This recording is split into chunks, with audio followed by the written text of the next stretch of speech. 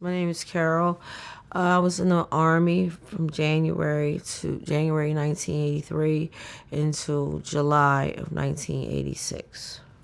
I was a 76 Victor. I worked in a warehouse, supply, and I was stationed in Mainz, Germany.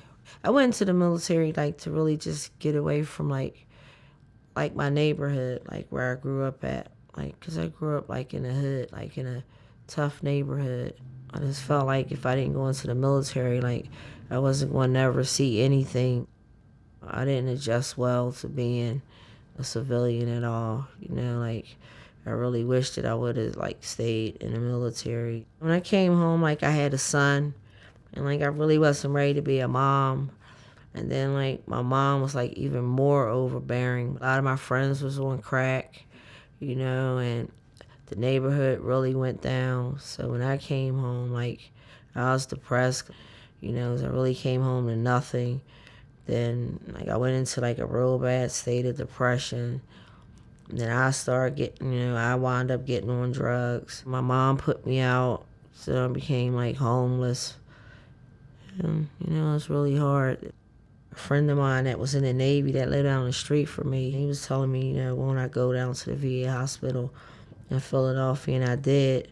I was tired of living the way I was, and yeah, I was scared, but I realized, but the staff, they sat down and they talked to me and reasoned with me, and then, and I told them I was scared, and they knew I was scared, and I went to rehab. I went to the rehab at the VA hospital in Wilkes-Barre, and I stayed in rehab for a couple months out there. They really help you out as far as dealing with, becoming a civilian again once you leave the military.